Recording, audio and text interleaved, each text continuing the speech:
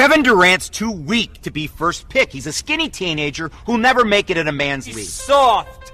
S-O-F-T. He has got some offensive skills, but you have to play defense. In my opinion, he's just all right. Yeah, he might drop 40, but he's not a real leader. He don't have that tenacity. He don't got that danger. Scoring title's great. MVP, big deal. Kevin Durant will sign with the Warriors. Oh, you got to be kidding me. Traitor. We gravy train. That was the weakest move ever. That's what you call loyalty? Durant out for 6 weeks. Cry, baby. The finals begin tonight. Durant's playing at a whole other level.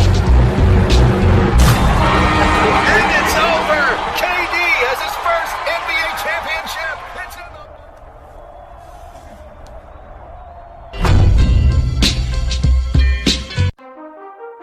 I strive for greatness. All my life, they told me I couldn't. But they were wrong. If I push myself harder than anyone else, if I train harder than anyone else, if I practice more than anyone else, I will be the greatest. Nike. Just do it. If I'm making the number one pick, I know who I'm going for. And who's that? I would go right now. I love Jason Tatum. I think number one pick in the NBA draft. I think Tatum is unreal. I think his future is incredible. I'll tell you, my other guy would go right after him. Kid at Kansas, Josh Jackson, and then Lonzo Ball. Jason Tatum of Duke is another freshman one and done, and for good reason. Standing at 6'8" with a 6'11" wingspan, Tatum has tons of raw talent and physical gifts that, at first glance, make him a lock for the NBA. Let's dive into how he attacked during his time at Duke. His most common category is isolation, which was weird considering this is the Mike Krzyzewski team. And he's pretty good at it, ranking in the 68th percentile when going one-on-one versus his defender. Notice how deliberate he is on the catch. It is much more common to see him take his time, survey the defense before going into his move. While he did go to the hole off his ISOs, it was usually to score off a lesser athlete in ways that won't necessarily translate to the NBA. He does have a good handle and is generally under control. Check the nice inside out behind the back into a hop jumper. His game is definitely a throwback to an earlier time, where catching and jab stepping were the norm, and a nice little crossover step back jumper looks pretty smooth. But not attacking on the catch allows the defense to catch up and the help to clog the lane while he's busy holding the ball. More throwback as he gets a face up in the mid post, and this Neville-like jab step is a really good move, and I can see this working for him at the next level. This jab step pull up to his left allows him to get space to shoot over his smaller defenders, but it remains to be seen if he'll be able to do this against NBA guys and find success. Spot up was his next most common category, and this is where he got the most catch and shoot opportunities. His mechanics look okay, but watch how his left hand likes to fly out away from the ball. This can certainly affect rhythm and balance, which is why he was merely average from three-point land. He's generally a 1-2 shooter and was able to find good rhythm and a nice sway of his feet forward on the release. But all too often, he'd interrupt the natural rhythm of the catch and shoot, causing the slightest of pauses to lead to misses. Rather than catch and let it fly, he'd think about it and end up fighting the momentum of his body. When he did get everything in alignment and with proper timing, the jumper looked smooth and accurate. Notice his left hand doesn't fly away from his body here.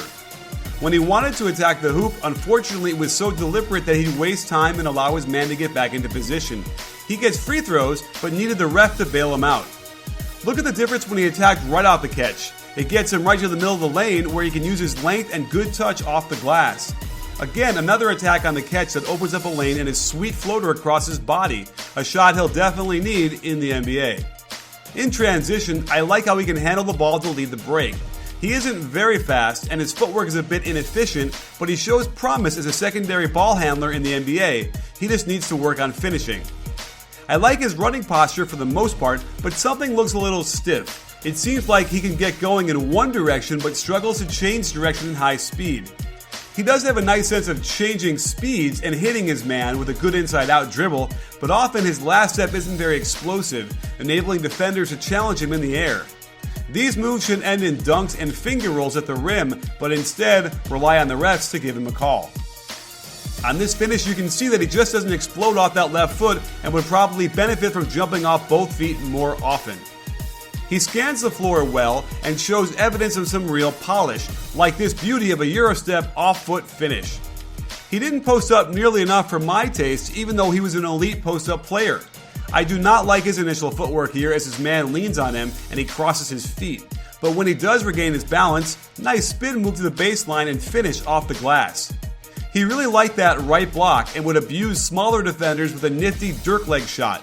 I can see him playing small forward and having an advantage down there with his length and soft shooting from close if NBA coaches give him the chance in the modern offenses they run. While turning over your right shoulder allows you to get better alignment to the hoop, it also requires you to get separation and elevation over your man to get it off, and he definitely has that. Tatum's passing ability was pretty average. Most of his assists came off very easy reads and decisions, but every so often, he'd display a little flair and exceptional court vision to make you wonder if he could expand this part of his game. If he got drafted to a team that allowed him the freedom to post up and send cutters, he could be a viable playmaker down there, more than we saw in college. And while he doesn't attack on the catch here, if he does manage to get by his defender and find the cutters, he'll be a legit NBA player. His defense didn't really impress me for a variety of reasons. He was in a good stance initially, but then drops the left foot back and allows middle penetration. Good recovery, but then can't contest this shot. He also likes to get his head a little too far forward, meaning his weight is leaning too much towards his man. He'll also get his feet too wide, which enables his man to get some daylight.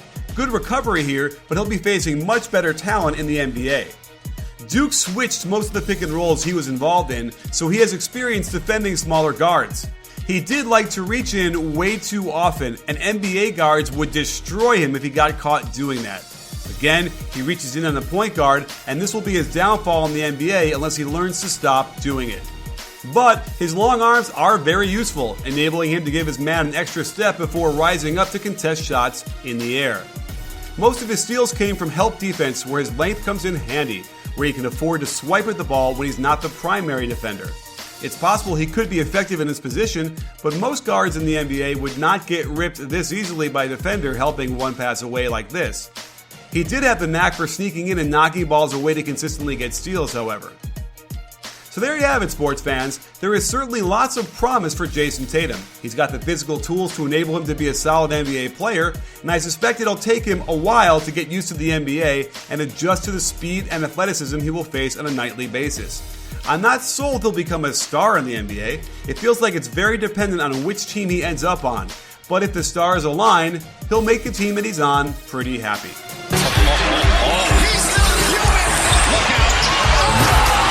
You'll get live NBA games on your TV, computer, tablet, and phone. Watch the incredible action anywhere. Check out a free trial of NBA League Pass October 28th to November 4th. For more information, call 855-NBA-LPLP, contact your service provider, or go to NBA.com/League Pass. All right, come on, it's game time. Let's do this. Here we go. Here we go. Here they come. This is going to be good. Watch out for the crossover. Look at that handle. That's what I'm talking about. He wants to the right. Close him left. Take him down. Watch your back. Watch your back. Setting him up. He's going to spin. Woo! Time out. Nobody panic. What do you got, baby? Gotta go. I can't watch this. 5, 4, 3, 2. Take the action with you. NBA League Pass. 5 games wherever you are. NBA fans, NBA League Pass is your ticket to all of this season's action. Every exciting matchup. Every incredible shot. Every big moment. Every game live and on demand in HD quality on every type of device. Wherever you are, whenever you want. NBA League Pass has you covered. Sign up today. And this comes from someone who has Jason Tatum number 2 on his board. Like, I love Jason Tatum. I totally understand why Danny Ainge loves him, why the rest of that front office loves him. To me, Markelle Fultz is the best talent in this draft. I would have just taken him. I would have taken the bird in the hand. I understand what Danny Ainge did. He took my number 2 player at number 3. That's good. He picked up another asset. And then finally, they end up with my number 19 player on my board, Shimi Ojale, at number 37, which is a really important aspect of all of this as well, right? everyone talks about what the Celtics are going to do this offseason, who they're going to acquire, who they're going to, go after and everything. Getting Shimi Ojale is going to make it easier for them to get rid of Jay Crowder down the road because they're very similar talents in terms of being able to switch defensively, guard multiple positions, play versatile basketball, and knock down shots. Okay, let's get to Tatum here. We've had a diversity of opinions about Jason Tatum on this show. Some people don't like him so much. Other people are pretty high on him. You, like you said, you had him number 2, and we had you on a couple months ago talking about how you were very willing to bet on Jason Tatum's personality. Can you just give our listeners and viewers, can you inspire that confidence in them, I guess? Yeah, look, I mean, Jason Tatum is elite in terms of character. No NBA team is concerned about him doing the wrong things off the floor. No NBA team is concerned about him reaching his ceiling at some point. He is an incredibly hard worker on his game. You can watch all of the videos online that Drew Hanlon posts about what Jason Tatum does as trainer. So, Jason is going to get the absolute most out of his ceiling or out of his, potential, whatever that may be, I think. The question with Jason for a lot of people is he is a 6'8", non-elite level athlete who is very dependent right now on mid-range jumpers with the way that he creates his shot. That's a scary proposition for the modern NBA, I guess. You know what I mean? Where everyone is concerned about threes and shots at the rim. And Jason right now, he shot 34% from 3 this year and struggles occasionally to finish around the rim. I think that both of those things are going to get better as he continues to age and mature and grow stronger and, just physically improve upon his game. I understand the concern, at least. My thing is he gets great separation as a shooter. He is going to be able to create his own shot in the NBA, and that's a really, really valuable skill for, wing players in today's game. It's maybe the most difficult skill to find, really. So I'm a big believer in Jason Tatum. Like I said, he would have been my number 2 player. If I was the Lakers, I would have taken him. If I was Boston, I would have taken him. Ultimately, we'll see whether or not he ends up being Markelle Fultz, but I would guess that he probably does not end up hitting that ceiling, but I like him overall. He's an awesome player. Sam, so I'm one of the skeptics on Jason Tatum and some of the other people might be concerned. As you mentioned, you diagnosed it kind of perfectly what a lot of my hang-ups are about him. So sort of almost independent from the mid-range game and where the shots are, is that he also just didn't score that efficiently in college. What could you tell me to maybe make me feel a little bit better about him maybe not scoring efficiently or at an elite level in college, and how he's going to get there in the NBA where everyone's bigger, stronger, and faster? So yeah, I can actually help you out a lot there. Okay. So Jason Tatum suffered a foot sprain. I want to say 2 weeks before the college basketball season. That kind of sapped his explosiveness a little bit, and foot injuries make it really difficult to knock down shots from 3. It's just difficult to get the kind of explosion up through your lower half that you're used to when shooting from distance, and obviously when trying to get to the rim, right? That makes it very difficult. If you look at his last 13 games, all against exceedingly high-level competition, right? Like the last 6 or 7 games of ACC play, the 3 or 4 games they played in the ACC tournament and the NCAA tournament games, he shot, I think he averaged 19, 8, and 3, shot 39% from 3, and had a 63% true shooting percentage. I think those are really strong indicators that, health was a factor. Obviously, you run into a small sample size there, right? You're talking about a sample of 13 games. We don't know this for sure. But I think there's something to the idea that early on in the season, he was not quite as healthy as he needed to be early on. And you could see it later on in the year. He got, a little bit more explosive. He was creating shots a little bit easier. He was knocking down shots easier from distance. So I think he's going to be okay shooting the basketball. I do. I totally understand what the concerns are. Trust me. I think that, those are rightful concerns, given the fact that he has now 1 year of sample shooting 34% from 3 or whatever it was.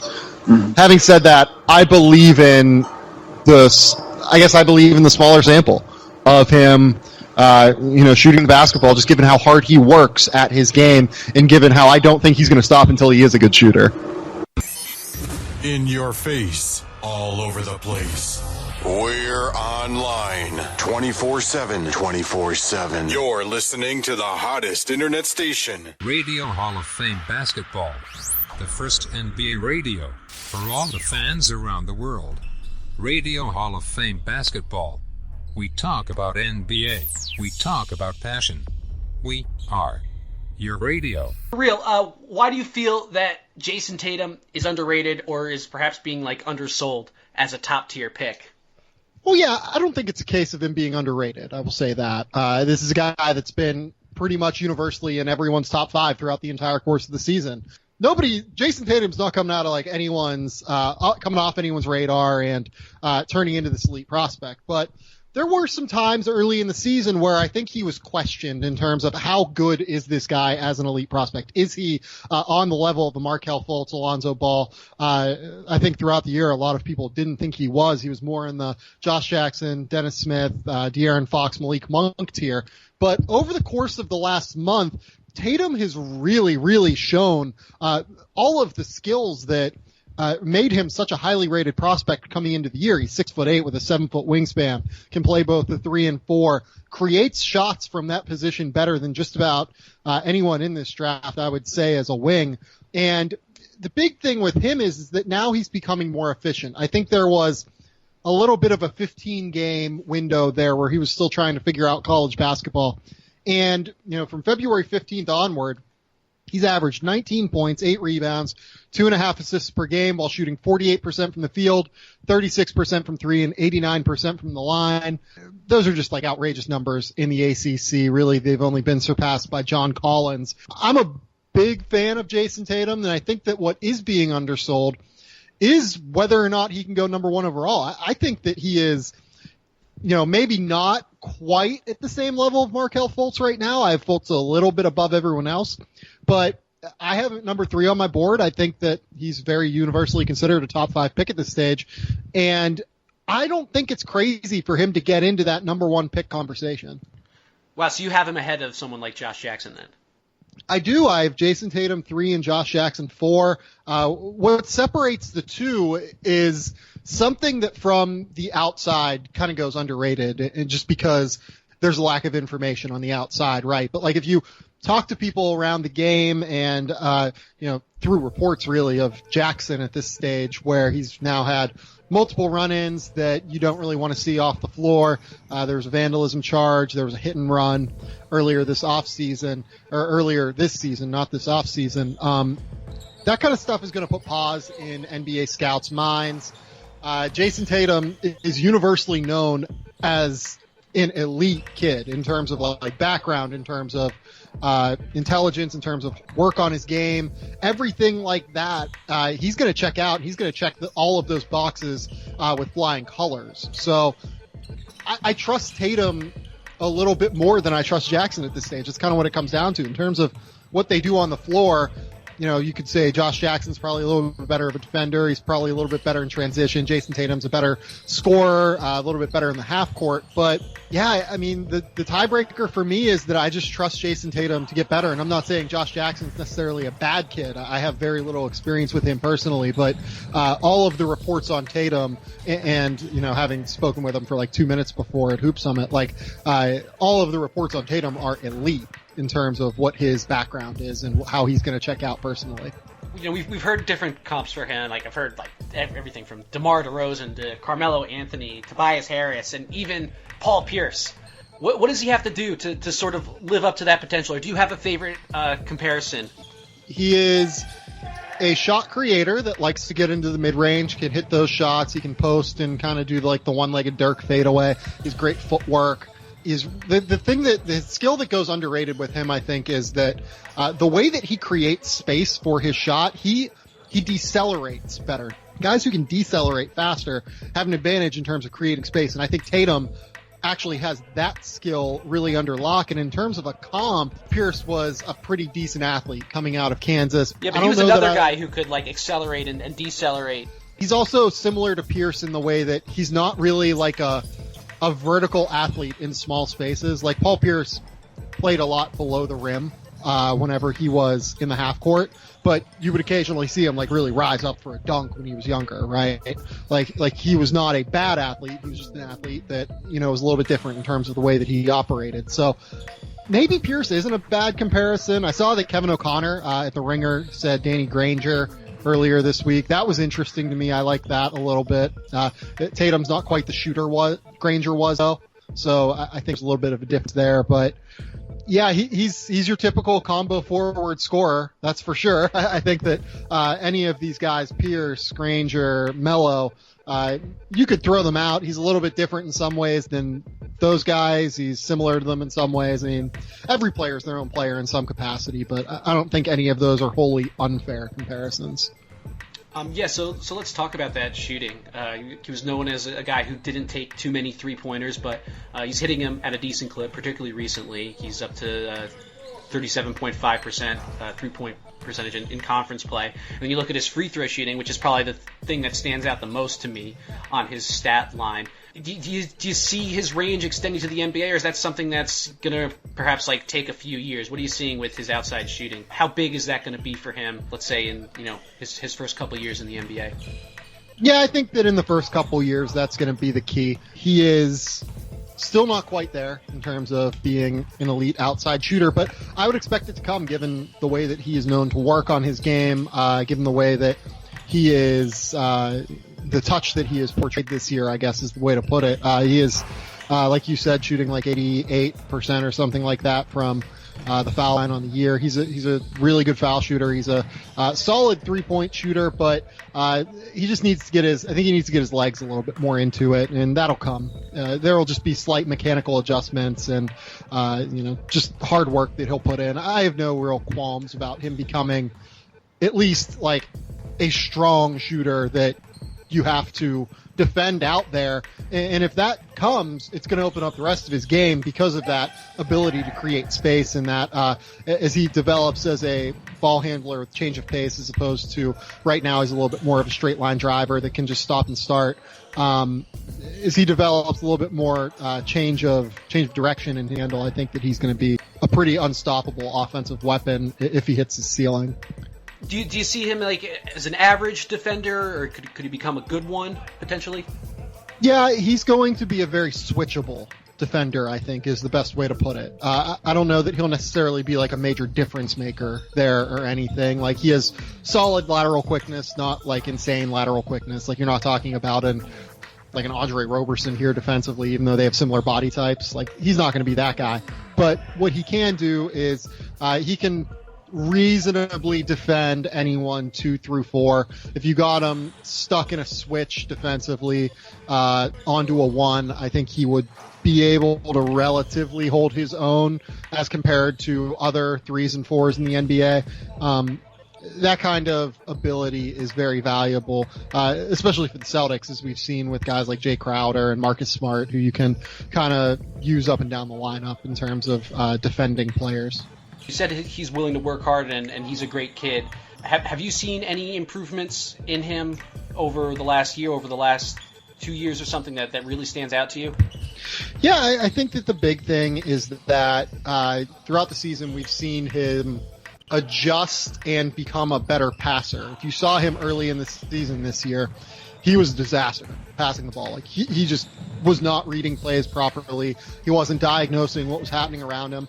But as the season's progressed and he's become more comfortable defending and seeing what defenders are coming at him and just kind of understanding the game, the college game at the very least, and the speed of the college game particularly, he has become a much more adept passer. He is capable of hitting kickouts on drives. He can find cutters. He's like I said, he's averaging 2.5 assists per game over his last 10 games, which is a pretty good number for a wing. He's also just kind of figured out how to finish a little bit better. It's basically just been like a long adjustment for him. right? Like, as he figures out the game on the college level, he becomes better and better. And like that happens for everyone, obviously. But his improvement has been particularly pronounced. Right. Yeah. I watch him and I just think like, man, if he was just a little bit more explosive around the rim, he'd be truly unstoppable. But as for his like star potential, and that's something the Celtics are definitely going to be looking for. I think it's going to be what pretty much all teams picking near the top of the lottery are going to be looking for. What's separating him from being a multiple-time All-Star? Yeah, like I would set the over-under at him making an All-Star game at like 1.5. Like, does he make 1.5 All-Star games or more? I do think that he is going to eventually reach that level and be an all-star level forward, just because the offense is so polished. He's so crafty around the rim, even though he doesn't really have the finishing explosiveness that you hope for above the rim. I think he's just going to work harder than most people to get to the level. So, yeah, I'm a big fan of what I see from him. Get NBA League Pass and watch the excitement of the new season wherever you want. You'll get live NBA games on your TV, computer, tablet, and phone. Watch the incredible action anywhere. Check out a free trial of NBA League Pass October 28th to November 4th. For more information, call 855-NBA-LPLP, contact your service provider, or go to NBA.com/League Pass. All right, come on, it's game time. Let's do this. Here we go. Here we go. Here they come. This is going to be good. Watch out for the crossover. Look at that handle. That's what I'm talking about. He wants to the right, force him left. Take him down. Open up! Watch your back. Watch your back. Setting him up. He's going to spin. Woo! Time out. Nobody panic. What do you got, baby? Gotta go. I can't watch this. 5, 4, 3, 2, 4. Take the action with you. NBA League Pass. 5 games wherever you are. NBA fans, NBA League Pass is your ticket to all of this season's action. Every exciting matchup. Every incredible shot. Every big moment. Every game live and on demand in HD quality on every type of device. Wherever you are, whenever you want. NBA League Pass has you covered. Sign up today. New York City, here with the Tobacco Roll brethren, Jason Tatum. And so how you enjoying New York City? I grew up here. Really? So my question I'm always asking is, so first thing you think of when you think of New York? First place you want to do, thing you want to do when you get here? First thing I think about is traffic, and then Shake Shack. Shake Shack. Yeah, Shake Shack is infamous here. I think that's probably started here, but infamous here. But for us, we like the bodegas and the corner stores, man. So it's like those little intricate little places that nobody goes. So when you go and kind of get through the city, go through the non-named places too, because those are the best places to eat and shop and everything else.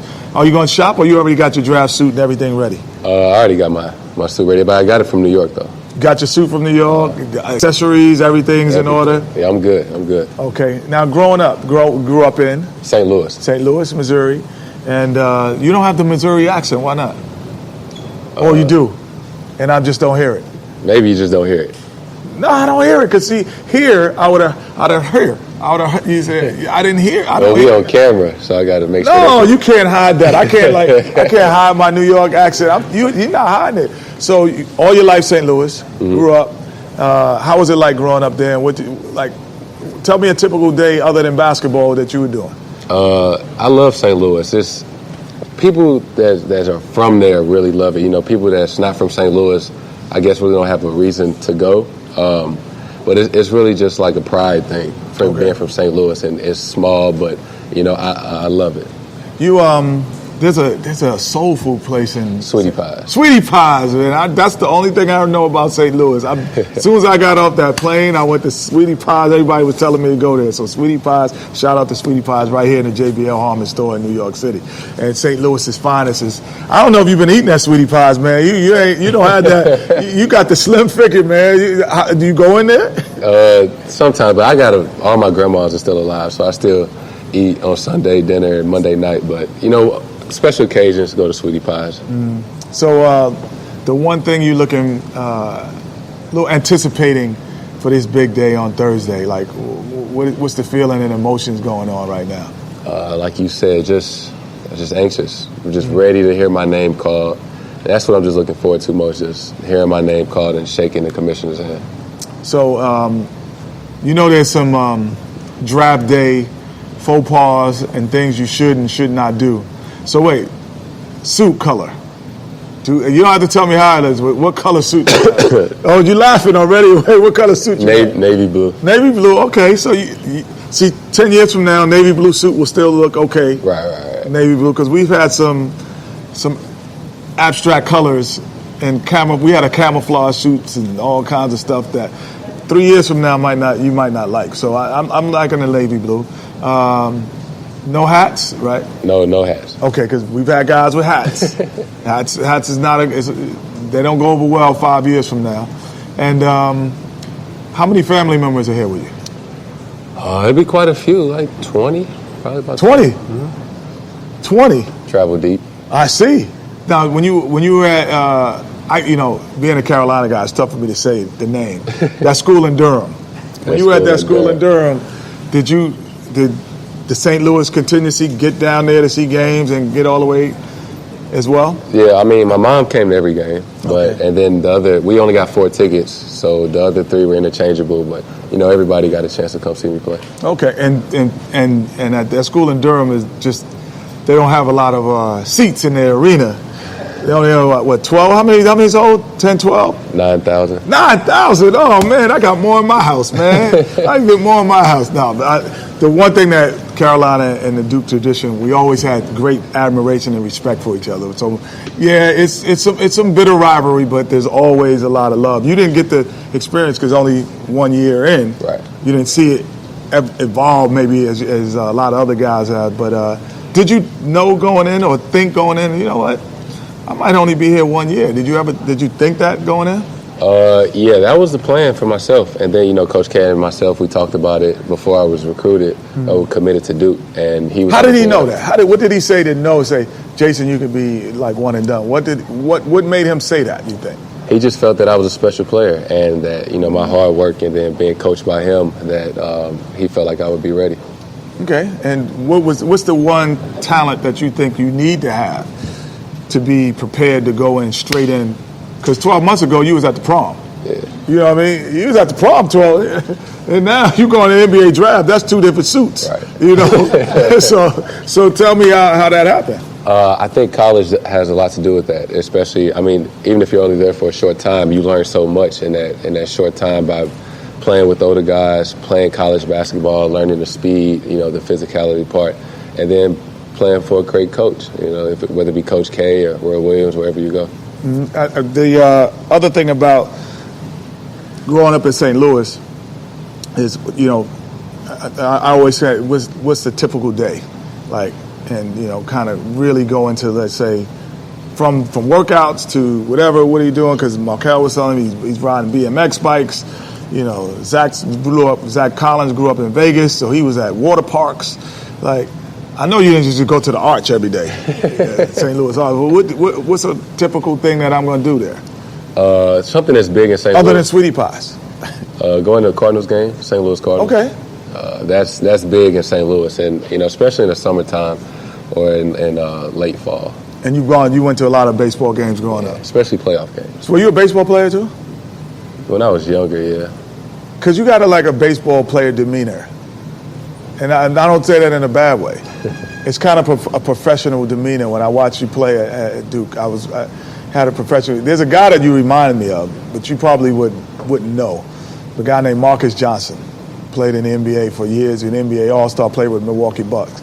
Y'all kind of favor a lot of your mannerisms. So Google him today. I will. And you see he's got the broad shoulders, handled the ball at 6'8", 6'9". He was like an oddity back in that age. Now, a lot of guys do that, but he was an oddity of what you do. And who did you model your game growing after? A lot of players that I looked up to, like big guards like Penny Hardaway, Magic Johnson. I look at Paul George, KD. Kobe Bryant was always my favorite player. Why Kobe? His competitive drive, his footwork, his demeanor, just how bad he wanted to win and be great. Cool. Well, we also have some special gifts here. Drum roll, please. Wait, let me. Are these? Oh, these are real special. Because I'm like making sure that they're as special as I want them to be. So these are some custom headphones, and they got some special signature things on them that you see. Oh, that's tough. You know, that kind of special to you. Those little moments, but the quality of the sound along with the look. So I just want to make sure we had them here and at the JBL Harmon store. So we got the headphones, special headphones. Anything else in the store you like? You know, just tell me. I know some people here, man. So if you came in the store and wasn't doing an interview, and you're gonna get a new house, gonna get a new apartment, whatever it is, you're gonna I gotta get. What would that be? Probably those speakers over there. That light up. The Pulse speakers. Yeah. In your face, all over the place. We're online 24/7. 24/7. You're listening to the hottest internet station. Radio Hall of Fame basketball. The first NBA radio for all the fans around the world. Radio Hall of Fame basketball. We talk about NBA. We talk about passion. We are your radio. Your journey to get to this point where you're almost in the NBA. Just talk about what that was like. It started ever since I can remember playing basketball. My lifelong dream was to be in the NBA. And at first it was just to get there. You know, everybody, when you're in elementary, middle school, everybody's like, I want to be an NBA player. And, you know, as I got older, it wasn't good enough.